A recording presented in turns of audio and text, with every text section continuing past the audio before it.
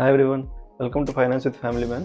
ఈరోజు మనం ఫైనాన్షియల్ ప్లానింగ్లో ఒక 3 హ్యాక్స్ గురించి డిస్కస్ చేద్దామండి. ఏంటంటే ఇలాంటివి మన ఫ్యామిలీ ఫ్యూచర్ని సెట్ చేయాలి అనుకుంటే ఇలాంటి హ్యాక్స్ అనేవి తప్పనిసరిగా మనం పాటించాలన్నమాట. ఫస్ట్ హ్యాక్ వచ్చేసి ఇయర్లీ మనీ చెకప్ అండి. మనం ఇయర్లీ హెల్త్ చెకప్ ఎలాగైతే మ్యాండేటరీగా మన హెల్త్ గురించి, మన ఫ్యూచర్ హెల్త్ అనేది మనం ఇప్పుడు ఏదైనా కొంచెం ఏదైనా తేడా ఉంది అంటే మనం ఎమ్మటే మన డైలీ రెగ్యులర్ మన లైఫ్ స్టైల్ని ఎలాగైతే మనం చేంజ్ చేసుకుంటామో, మన ఫుడ్ హ్యాబిట్స్ని ఎలా అయితే చేంజ్ చేసుకుంటామో, మన ఫిజికల్ యాక్టివిటీని ఎలా అయితే చేంజ్ చేసుకుంటామో for the sake of our future health, అలాగే same to same yearly money checkup mandatory మ్యాండేటరీ అండి. అలా చేయడం వల్ల ఏంటంటే మన సేవింగ్స్ ఎంత ఉన్నాయి, మన డెట్స్ మన లోన్స్, అప్పులు ఇవన్నీ ఎంత ఉన్నాయి, మన ఇన్వెస్ట్మెంట్స్ అనేవి ఎంత ఉన్నాయి, ఇలాంటి వాటిని రివ్యూ చేయడం వల్ల మనకి ఫర్ ఎగ్జాంపుల్ ఒక 75,000 శాలరీలో 10,000 అయినా సేవ్ చేస్తున్నామా, ఆ సేవ్ చేసింది ఎలా ఉంది దాని పరిస్థితి, ఈఎంఐలు అనేవి ఏమైనా తగ్గించుకున్నామా లేవా, ఇలాంటి వాటి వల్ల definitely you will see a lot of difference in our financial health అండి. ఎందుకంటే మన ఫ్యామిలీతో కూర్చొని ఇలాంటివి సెట్ చేయడం చాలా ఇంపార్టెంట్ అండి. నేను కూడా రెగ్యులర్లీ ఇయర్లీ వన్స్ కూడా కాదు, నేను మోస్ట్లీ ఒక క్వార్టర్లీ 6 months అలాగే ఎప్పుడో ఒకప్పుడు టైం దొరికినప్పుడు కూర్చొని ఇలాంటివి నా వైఫ్ తోటి డిస్కస్ చేసుకుంటాను. ఇలాంటివి చేయడం వల్ల ఏంటంటే అట్లీస్ట్ మనకు 5,000 ఎక్స్ట్రా సిప్ పెడితే మన ఫ్యూచర్ అనేది సేఫ్ అవుతుంది కదా. ఇప్పుడు మనకి ఒక ఈఎంఐ తగ్గింది అంటే ఆ అమౌంట్ మనం ఎంజాయ్ చేసేద్దాం ఇలాగ అనుకునే బదులు మన ఫైనాన్షియల్ ఫ్రీడమ్, మన ఫ్యూచర్ కోసం ఏదో ప్లాన్ చేస్తున్నాం, దాని వైపుకి ఈ అమౌంట్ని షిఫ్ట్ చేసుకోగలిగితే డెఫినెట్లీ మన ఫ్యూచర్ అనేది ఇంకా తొందరగా మన టార్గెట్స్ని అచీవ్ చేస్తాం, మన ఫ్యూచర్ అనేది ఇంకా సెక్యూర్ అవుతుంది. సో ఇలాగ ఇయర్లీ ఫైనాన్షియల్ హెల్త్ చెక్ అనేది అయితే చేసుకోండి. ఓకే, సెకండ్ టిప్ వచ్చేసి ఇన్సూరెన్స్ అప్డేట్స్ అండి. ఇప్పుడు ఫర్ ఎగ్జాంపుల్ ఇంట్లో ఒక బేబీ పుట్టింది, అలాంటప్పుడు మన హెల్త్ కవర్ అనేది కూడా దానికి తగ్గట్టుగానే దాన్ని అప్గ్రేడ్ చేసుకోవాలి. ఇప్పుడు ఫర్ ఎగ్జాంపుల్ ఎగ్జిస్టింగ్ హెల్త్ ఇన్సూరెన్స్ని ఈ బేబీకి కూడా కవర్ అయ్యేటట్టుగా చేసుకోవాలి కదా. ఎందుకంటే మనకి అయ్యే హెల్త్ ఖర్చుల కంటే, హెల్త్ ఇష్యూ ఏదైనా వస్తే మనకి అయ్యే హెల్త్ ఖర్చుల కంటే బేబీలకు అయ్యే హెల్త్ ఖర్చులు చాలా ఎక్కువ ఉంటాయి. సో అవన్నిటిని మనం అవాయిడ్ చేయాలంటే బేబీకి కూడా కవర్ అయ్యేటట్టుగా ఒక ఇన్సూరెన్స్ని తీసుకోవాలి.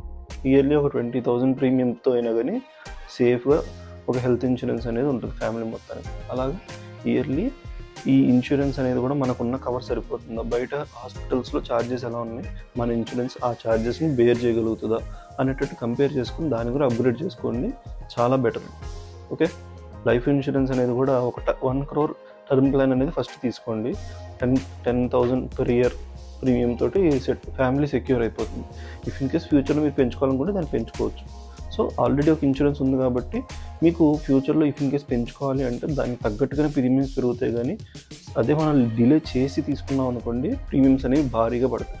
ఓకే, నెక్స్ట్ థర్డ్ హ్యాక్ వచ్చేసి ఆటోమేట్ చేయండి సేవింగ్స్ని. ఎప్పుడు కూడా మాన్యువల్గా పెడదాం అనుకోకండి. ఇప్పుడు ఎస్ఐపి కానీ, ఆర్డి రికరింగ్ డిపాజిట్లు కానీ, ఇలాంటివి బ్యాంకుల్లో కానీ లేకపోతే మన మనీ సేవింగ్ గ్రో, జిరోదా ఇలాంటి వాటిల్లో, అప్స్టాక్స్ ఇలాంటి వాటిల్లో ఆటోమేట్ చేయడం వల్ల మన మనీ టెంప్టేషన్ అనేది తగ్గుతుందండి. ఎందుకంటే ఆటోమేటిక్గా కట్ అయిపోతాయి అనేసరికి 5K మంత్లీ ఆటోమేటిక్గా కట్ అయిపోతాయి అని మనకు ముందే తెలిస్తే ఆ అమౌంట్ అనేది మనం వాడుకోవాలి అనే థాట్ రాదు కదా మైండ్లో. అలా ఆటోమేట్ చేయండి. ఇలా ఫర్ ఎగ్జాంపుల్ 5,000 చేసిన పర్ యానం 12% రిటర్న్స్ అనుకున్నా కూడా 10 yearsలో 15 lakhs అనేది మనం అక్యుములేట్ చేస్తాం. ఓకే, సో ఇలాగ ఫర్ ఎగ్జాంపుల్ నేను ఆర్డీ చేస్తానండి, ఆటోమేటిక్ ఆర్డీ. దాంట్లోనే నాకు అరౌండ్ 2 lakhs వరకు నేను base set చేసుకోగలిగాను.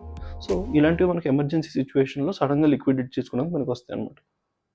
Next real example ఒకటి చూసుకుంటే 75,000 శాలరీలో 15,000 మనం సేవ్ చేసుకుందాం అనుకున్నా 5,000 ఇలా సిప్లో ట్రాన్స్ఫర్ చేయడం, ఒక 5,000 మన ఇన్సూరెన్స్లో అలాంటి వాటికి పంపించుకోవడం, ఒక 5,000 మనం ఇందాక చెకప్ అనుకున్నాం చూడండి, యాన్యువల్ చెకప్ చేసుకున్నాం, మనం ఎంతో కొంత సేవ్ చేస్తాం, ఆ సేవ్ చేసుకున్న దాన్ని ఇంకెక్కడైనా ఇన్వెస్ట్ చేయడం, ఇలాంటి వాటి వల్ల 5 yearsలోనే మనం 10 lakhs బేస్ సెట్ చేసుకోవచ్చండి.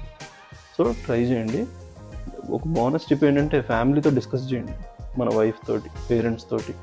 ఈ ఇన్పుట్స్ అన్నీ మనం డిస్కస్ చేసుకోవడం వల్ల గోల్స్ అనేవి చాలా క్లియర్గా సెట్ అవుతాయి. ఓకే, ఇంట్లో అందరూ కూర్చున్నప్పుడు ఒకసారి ఇలా క్యాజువల్ టాక్ లాగా డిస్కస్ చేయండి. ఏమైనా మనకు తెలియని టాపిక్ కూడా ఏమైనా వస్తుంది, మనకు తెలియని క్వశ్చన్ అవతల వాళ్ళకి వస్తుంది, అలాంటి వాటికి ఆన్సర్స్ తెలుసుకోవడం చాలా ఇంపార్టెంట్. ఓకే, ప్లానింగ్ అంటే బర్డెన్ కాదండి, స్మార్ట్ స్టెప్స్ వేయడం వల్ల మన ఫ్యామిలీని సెక్యూర్ చేయడమే. ఓకే, ఈ హ్యాక్స్ అన్నీ ట్రై చేయండి, ఫ్యూచర్ అనేది ఇంకా సేఫ్ అండ్ సెక్యూర్గా అవుతుంది. డైలీ షార్ట్స్లో టిప్స్ షేర్ చేస్తున్నాను అండ్ ఆల్సో లాంగ్ వీడియోస్లో ఇన్ డీటెయిల్ డిస్క్రిప్షన్ ఇస్తున్నాను. సబ్స్క్రైబ్ చేసుకోండి. రేపు మనం పర్సనల్ ఫైనాన్స్ మిస్టేక్స్ గురించి డిస్కస్ చేద్దాం. ఫ్యామిలీ కోసం మనీ స్మార్ట్ అవుదాం. మిస్ చేయకండి. బాయ్.